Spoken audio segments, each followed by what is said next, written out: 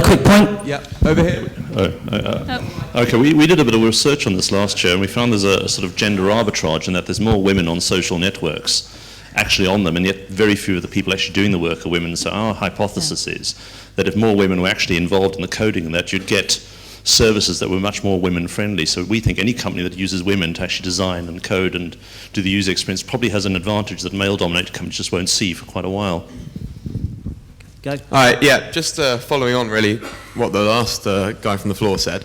No one seems to really have talked about the fact that most tech startups are started by developers, and there just happen to be a vast majority of developers are men, partly because they may be more suited to maths or whatever. I'm not sure. I'm a non-tech startup entrepreneur, and there are lots of great women entrepreneurs I know that are non-tech as well, and are probably far better than I am.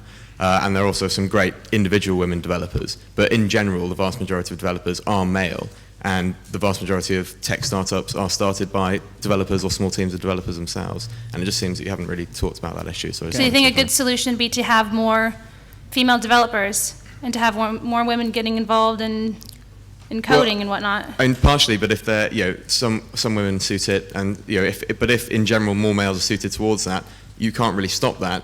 You may just want to do more to encourage non-tech entrepreneurs to set up tech startups. I think also the key thing is, Milo came onto the panel with this sort of concept of positive discrimination burning in his ears, and we hadn't actually discussed that at all yet. And I think the key thing is, I don't think anyone wants less men to set up businesses, because we're part of this industry because it's thriving and vibrant and fantastic. And sexy. And sexy, yeah, well, you know how I feel about that.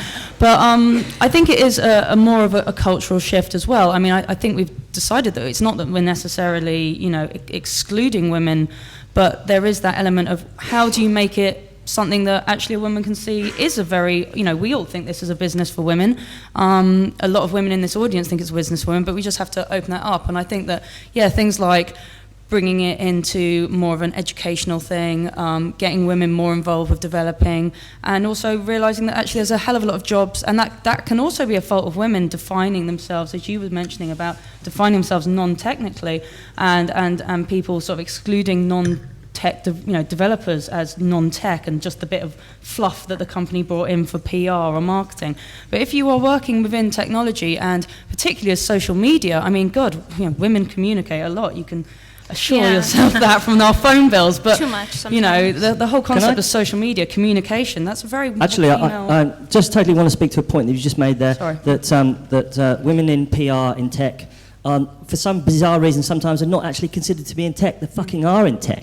They are in tech. Just because they're doing PR about tech companies does not mean to say they're not in tech. They are in tech. For heaven's sake. Now everybody put up your hand if you've got a question, because oh God, this is great. Well, why did I schedule this before lunch? 1, 2, 3, 4. Everybody just say, really keep your points really simple and slow. Go, Wendy. Hi, Wendy White Moonfruit. Women in Tech, I started a company in 1999 and raised money, so I obviously don't believe that women can't do this or want to do it. I also have 2 children. And one of the reasons I'm in this industry is, for me, it's always been one of the most liberal. I was also in finance for a long time, and I would far choose tech over anything else. So, in terms of flexibility of time, etc. So, for me, I would say a lot of it's about perception of women, of whether or not this industry is an interesting one for them. And women aren't always I was a developer to start with, but I very quickly got pulled into areas where we're better at managing and communicating, because we are good at managing and communicating. So I think it's more about explaining to the young women out there that it is an interesting industry. I agree. And I think it's actually also about women perceiving they can choose to do this. I think often about raising money, about getting into the jobs. I think as women we often stop ourselves. I don't think it's even. I don't think the men here are stopping us. I would say on the whole. Well said. Thank you. I think you also bring up a good point of women being seen to do it as well, because I know a lot of studies and particularly stuff that you've done, hasn't it, about role models? Yeah. That's another thing is to have people like, Hermione's got her hand up for a question at the back, but having people on camera related to technology, still being, completely who they are, and just being women who are interested in tech is great to have these role models. I'd like to ask the advice of the 5 women on the panel. I've got 3 kids, but one girl, 2 boys. The 2 eldest are old enough. They're quite good at math and computer skills. They're 9 and 12. Very lucky that way. I'm anxious as a parent. Both my wife and I are anxious. It's already obvious at 9 years old that the environment around our daughter isn't very supportive of that. She gets 100% on a math test compared to my son, and we're, as parents, are trying to fight against that. Don't you think that's, it's not open to easy solutions, but that's a big problem that already in primary school, girls are being, and not, it's a good school, I think, but they're being, put in an environment where they're not being asked to succeed in that way.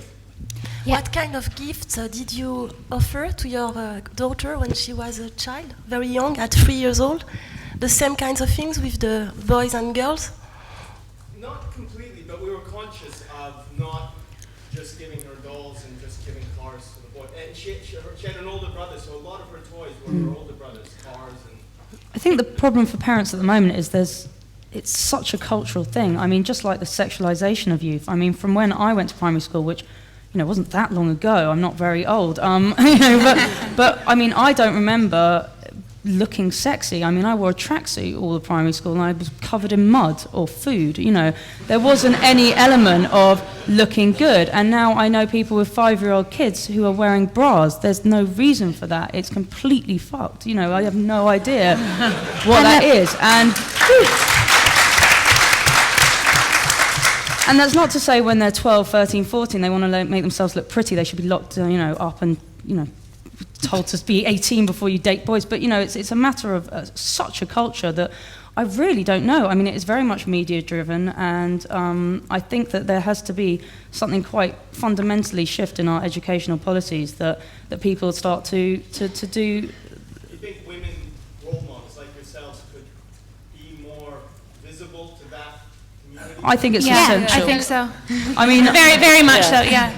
I mean, I signed up to go into schools and talk about technology with a technology company, and they've never contacted me. It's as simple as that. They go into schools and talk to people about technology, and I've never once been called. I think it is a matter of getting that idea out there. And media, I think media has, getting positive role models into that kind of environment. I think that we Okay, can roll yeah, fast. and We have a question. Just to follow on from that point, I think the problem is that technology still has a really uncool stigma in schools.